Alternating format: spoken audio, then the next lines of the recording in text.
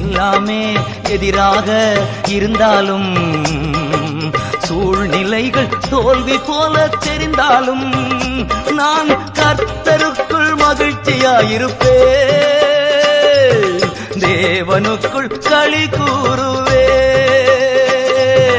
கர்த்தருக்குள் மகிழ்ச்சியாயிருப்பேன், தேவனுக்குள் களி கூறுவேன்.